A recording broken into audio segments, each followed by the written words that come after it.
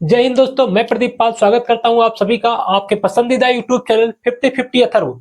आज हम लोग पढ़ने वाले क्लास 9th एनसीईआरटी प्रश्नावली 2.3। इस प्रश्नावली का पहला और दूसरा क्वेश्चन इसके पहले वाले वीडियो में हम लोग कर चुके हैं। तो प्रश्न नंबर 3 की बात करते हैं। है क्या? के का मान ज्ञात कीजिए जबकि निम्न स्थितियों में से प्रत्येक स्थिति में x-1 पी एक्स का एक गुणनखंड है। जो हमारा यहाँ x-1 दिया है, ये क्या है? पी एक्स का एक गुणनखंड है। तो प्रश्न नंबर 2 इसके पहले जो हम लोग किए तो उसमें आपको बताया गया था कि अगर भाई कोई बहुपद किसी दूसरे बहुपद का गुणनखंड होगा तो हम लोग x का मान निकाले यहाँ से और पी एक्स में रखेंगे तो पी एक्स हो जाता है 0, 0 हो जाता है। इसी बात पे चर्चा फिर होने वाली है। क्या बोला मैंने? अगर यहाँ से x का मान निकाले तो ये बहुपद क्या हो जाएगा? 0 हो जाएगा। क्यों? क्योंकि वो ऑलरेडी बोल रहा है कि ये का एक गुणनखंड है। गुणनखंड होने का शर्त ही यही है। तो करते हैं। क्या बोला मैंने? भैया यहाँ से x का मान निकालो। तो x का मान निकालने के लिए क्या करेंगे? इसको 0 के इक्वल कर दो। x-1 0 के इक्वल, ये हमारा 0 के इक्वल होगा तो x इक्वल टू आएगा क्या? 1। यहां से x का मान निकल गया। इतना सा काम करना होता है। इक्वल किया 0 के, x का मान 1 आया। अब x का मान रखेंगे कहां? इस बहुपद में। जहां x दिखेगा वहां रख देंगे। रखने के बाद इसको 0 के बराबर कर देंगे तो होगा क्या? यहां रखेंगे तो हो जाएगा P1। जहां x वहां रखेंगे तो हो जाएगा 1 का स्क्वायर प्लस 1 प्लस में के। x के स्थान पे 1 रखा गया तो 1 का स्क्वायर हो गया। यहां भी x के स्थान पे 1 रखा गया तो 1 हो गया प्लस में ये। मैं बताया क्या था? गुणनखंड होगा तो क्या होगा? ये पूरी वैल्यू किसके बराबर हो जाएगा? 0 के। तो 1 का स्क्वायर 1 आएगा, प्लस में 1 आएगा, प्लस में k आएगा, इक्वल टू क्या हो जाएगा? 0। तो ये 0 के बराबर हो जा रहा है। इतना ही ध्यान रखना है। इक्वल टू 0 होगा तो इक्वल टू 0 कर देंगे जब भी गुणनखंड का कंडीशन बोलेगा। 1 प्लस 1 2 प्लस 1 1 2 हो गया, प्लस में के इक्वल टू 0। तो के इक्वल टू क्या जाएगा? ये +2 जाएगा -2। अगर गुणनखंड है तो यहां से हमारा देख क्या पा रहे, के की वैल्यू -2 आ रहा है। के का मान ज्ञात करना था, के का मान -2 मिल गया। ऐसे इसके दूसरे प्रश्न में बात करते हैं। फिर से हमें x का मान 1 रखना है। रखते हैं भैया, यहाँ रखते हैं P1। जब P1 रखेंगे तो यह हो जाएगा 1 का स्क्वायर प्लस के मल्टीप्लाई 1 प्लस में √2। बोला क्या था? जब 1 रखेंगे तो ये क्या हो रहा है? 0 हो रहा है। गुणनखंड होने वाली स्थिति पे होता क्या है? x का मान रखने पर बहुपद 0 हो जाता है, तो बहुपद 0 हो गया। तो ये 0 इक्वल टू P1 की वैल्यू ये पूरा आ रहा तो रखेंगे 2। 1 का स्क्वायर 1 आएगा, प्लस में 1 मल्टीप्लाई के तो k हो जाएगा प्लस में √2 इक्वल टू क्या चल रहा? 0, 0 लगा दिया। 2 1 के 2 प्लस में के प्लस 2√2 इक्वल टू 0। अब बहुत से जो चमत्कारी बच्चे होते हैं करते क्या है, ये 2 है, ये 2√2 है, इन दोनों को जोड़ लेंगे, कुछ भी कर लेंगे, लेकिन जुड़े घटेगा नहीं। ये सीधा सा हमारा आंसर हो जाएगा क्या? इसको ले जाएंगे माइनस का 2 हो जाएगा, ये जाएगा माइनस का √2 हो जाएगा। यही आंसर, इसके आगे कुछ नहीं सोचना है। बहुत ज्यादा अगर कुछ कर सकते हो तो क्या कर लेंगे, माइनस का कॉमन कर लो तो हो जाएगा 2 प्लस √2। इससे ज्यादा ये कर सकते हो, इसके आगे कुछ नहीं होगा। इतना ही ध्यान रखना। रूट वाले क्वेश्चन में बहुत बच्चों को दिक्कत आती है, ये हम लोग ऑफलाइन में देखें तो इस वजह से यहाँ सजेशन दे रहा हूँ कि ध्यान रखना। ऐसे यहाँ फिर से x इक्वल टू 1 रखते हैं तीसरे पार्ट में तो जाएगा P1। P1 रखा गया तो P1 रखने के बाद क्या देख रहे हैं, के एक्स स्क्वायर था तो 1 का स्क्वायर हो जाएगा -√2 इंटू में 1 प्लस में 1। P1 की वैल्यू क्या होनी चाहिए? 0। बार बार एक ही चीज हम लोग देख रहे हैं भैया, अगर गुणनखंड है तो 1 का मान रखेंगे यहाँ से तो ये बहुपद 0 के बराबर होना चाहिए। बहुपद है क्या था? ये। तो रखेंगे के 1 का स्क्वायर 1 आएगा, माइनस √2 1 मल्टीप्लाई √2 आएगा, प्लस में 1 इक्वल टू 0। ये आ गया। देखना क्या है, के का मल्टीप्लाई 1 से होगा, के होगा माइनस का √2 प्लस का 1 इक्वल टू 0। तो के इक्वल टू आएगा क्या? -√2 चल के जाएगा, +2√2 हो जाएगा, माइनस का 1। इतना सा करना है और इसके आगे कुछ नहीं होगा। बस यही हमारा हो जाएगा के का मान। के इक्वल टू क्या आया? √2 - 1 आया। प्रश्न नंबर 4, यहां से फिर से x इक्वल टू 1 रखना है तो हो जाएगा ये P1 के 1 का स्क्वायर तो x का स्क्वायर था 1 का स्क्वायर हो गया -3, फिर से x के स्थान पे 1 रखते हैं प्लस में k, किसके बराबर था भाई? हम लोग सेम पैटर्न पे काम ही कर रहे हैं और कुछ करना ही नहीं। इक्वल टू 0 लगाओ, यहां से हो जाएगा k, इसकी वैल्यू क्या आएगी? और 1 का स्क्वायर करेंगे 1 आएगा, -3 इंटू 1 तो 1 आ जाएगा, प्लस में k इक्वल टू 0, k हो जाएगा ये -3 हो जाएगा, प्लस का k आएगा। फिर क्या देख रहे हैं? k यहाँ है, k यहाँ है, एक k 2 k आ रहा तो 2 हो जाएगा, 2k माइनस का 3 equal to 0, k equal to आएगा क्या? माइनस का 3 चला जाएगा, प्लस का 3 हो जाएगा, और 2 चला जाएगा डिवाइड में, तो आंसर हो जाएगा ये k इक्वल टू 3/2 आया। यहां से k का मान 3/2 मिल रहा, इतना सा था। ये हमारा प्रश्न नंबर 3 था। ऐसे हमें क्या बोलेगा? जब भी गुणनखंड होने का कंडीशन बोलेगा तो वहां से x का मान निकालो, बहुपद में रखो, बहुपद को तुरंत 0 के बराबर कर देंगे, पक्षांतर करने के बाद तुरंत k का मान मिल जाएगा, चरपद का मान मिल जाएगा। और आपके लिए सबसे अच्छी बात यह है कि ऐसे प्रश्न हमारे क्लास 10th के बोर्ड एग्जाम में भी आते हैं। समझ में आ रहा है ना? ऐसे ही प्रश्न वो विकल्पीय में देखते मिलेंगे आपको। गुणनखंड का कंडीशन होगा, k का मान निकालना होगा, तो ये ध्यान रखना। ऐसे हम लोग प्रश्न नंबर 4 की बात करते हैं। अब हम प्रश्न 4 की बात करते हैं। गुणनखंड ज्ञात करना है इस प्रश्न में, और ये एक ऐसा टॉपिक है अगर यहाँ अच्छे से नहीं आने वाला है तो क्लास 10th में पक्का दिक्कत करने वाली है, क्योंकि क्लास 10th पे हमारा 2 चैप्टर इसी पे बेस है। गुणनखंड एक बहुपद में आएगा, दूसरा द्विघात समीकरण में आने वाला है, तो हमें इसको बहुत अच्छे से सीखना है। इतने अच्छे से सीखना है, उतने सरल तरीके से सीखना कि आगे हमें यूज करने में दिक्कत ना हो। तो पहला प्रश्न का मैं गुणनखंड करता हूँ, तरीका बताता हूँ होता क्या है। हम सबसे पहले करते क्या है, जो अगर हमारे पास एक्स स्क्वायर का गुणांक रहेगा तो उसका गुणा 1 से करवा लेना है। जब भी एक्स स्क्वायर का गुणांक दिखेगा उसका गुणा अचर पद से करवा लेना है। तो होगा क्या?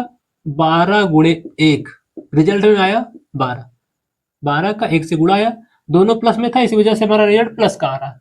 फिर इसी का गुणनखंड कर लेना, तो 12 का अगर गुणनखंड करना चाहे तो होगा क्या? 2 से जाएगा 6, फिर तो 2 से जाएगा 3, 3 से जाएगा 1, 2 गुणे 2 गुणे 3, ये आ रहा है। इसी से हम पेयर बनाएंगे, जोड़ा बनाएंगे। जो जोड़ा बना रहे उस जोड़े से अगर हम लोग प्लस कर दें या फिर माइनस कर दें, जो बीच वाला है वो आना चाहिए, इतना ध्यान रखना। जब भी हम यहाँ से प्लस करेंगे या माइनस करेंगे इस जोड़ा बनाने के बाद, वो हमारा बीच का आना चाहिए, चाहे प्लस करो चाहे माइनस करो। और गुणा करने पर जो आया था वो आना चाहिए 12। ध्यान से देखना क्या बोल रहा हूं मैं। पहले हम एक्स स्क्वायर वाले टर्म का 1 से गुणा कराएंगे, तो 1 से करवाया 12 का गुणा, 12 हो गया। जब 12 करवा दिया फिर उसी 12 का हम लोग फैक्टर किए तो 2 गुणे 2 गुणे 3 बना। तो देख क्या पा रहे हो, अगर इन दोनों को साथ मिलो 2 दूनी 4, 4 प्लस का 3 होता कितना है? 7। ये 7 आना चाहिए था, 7 आ गया। लेकिन माइनस का 7 है, तो माइनस का 7 लाने के लिए हम क्या देखेंगे? माइनस का 4 कर दो भैया, माइनस का 3 कर दो, ये भी हम कर सकते हैं। माइनस का 4 माइनस का 3 माइनस का 7 हो जाएगा। गुणा कराने पर 12 आना चाहिए, तो माइनस का 4 गुणे माइनस का 3 भी कर लो ना, आएगा। माइनस माइनस का प्लस हो जाएगा, 4 3 12, प्लस का 12 आ जाएगा। इतना ही ध्यान देना है। मैं एकदम प्रोसेस के साथ बता रहा हूँ कि चीजें हो कैसे रही हैं। ऐसे यहाँ पे रखेंगे तो भाई हो जाएगा। पहला हमारा क्या है? 12x² माइनस का 4x माइनस का 3x प्लस का 1। इन दोनों में और इन दोनों में पेयर बनाओ। यहाँ 12 यहाँ 4 है तो भाई कॉमन 4 हो रहा है। यहाँ x है यहाँ x है तो x कॉमन हो रहा है। यहाँ बच रहा है 3। अगर आपको नहीं समझ में आ रहा कैसे कॉमन हो रहा है तो आप यहाँ से देख सकते हैं, 12 ही लिखा गया है। 12 में 4 दिखा, यहाँ भी 4 दिखा, 4 निकल गया। फिर 3 बचा, 3 लिख दिया। x 2 था, 1 निकला तो 1 x बचा। ध्यान से सुनना भैया, ये 4x था पूरा का पूरा निकल गया, और जब भी पूरा निकल जाता तो हमेशा 1 बचता, तो 1 लिख लिया, 1 बचा। माइनस है दूसरे वाले में तो पहले माइनस कॉमन होगा, इन दोनों में माइनस कॉमन होगा। दोनों में कुछ कॉमन नहीं दिख रहा तो 1 कॉमन करेंगे, होगा क्या? 3x माइनस का 1। तो बचेगा क्या? 3x माइनस का 1। यहां से हम देख क्या पा रहे हैं? 4x माइनस का 1। यही हमारा क्या हो जाएगा? गुणनखंड हो जाएगा। इतना ही करना था, आंसर हो गया। ये हमारा जो रफ वर्क है, इससे आप अगर रिलेट करेंगे बातें समझ में आएंगी। इतना ध्यान देना पड़ता है। ऐसे प्रश्न नंबर 2 की बात करते हैं। पहले क्या बताया था?